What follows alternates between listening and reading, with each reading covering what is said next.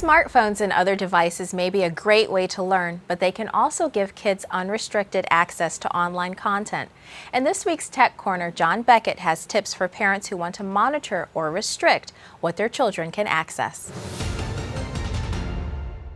My wife was recently texting with her dad about our 7-year-old son, Carson.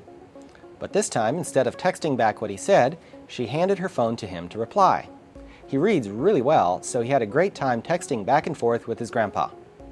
Add this to the list of reasons why he wants an iPhone.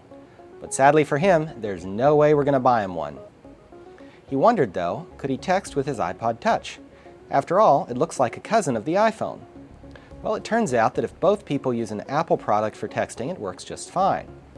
There are also lots of free chat apps for communication between Apple and Android devices. iPhones, iPads, Androids, and other smart devices have now become very common. Judging by my son and his classmates, I bet a lot of kids have managed to get either a cheap brand new one or a hand-me-down. But if your kid has one of these things, you need to understand that they now own something that's basically a smartphone without the phone. If it's connected to Wi-Fi, they can text, browse the web, watch online videos, and do all sorts of interesting things. If you don't know what your child is doing with their smart device, you may want to have that conversation soon.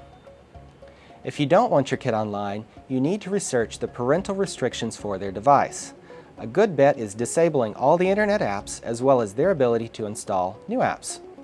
At a minimum, you may want to look into OpenDNS.com's free parental controls to help restrict and monitor the sites your child visits. These devices can be lots of fun and sometimes educational, but they're definitely a lot more powerful than the portable cassette players that kids wished for when I was young.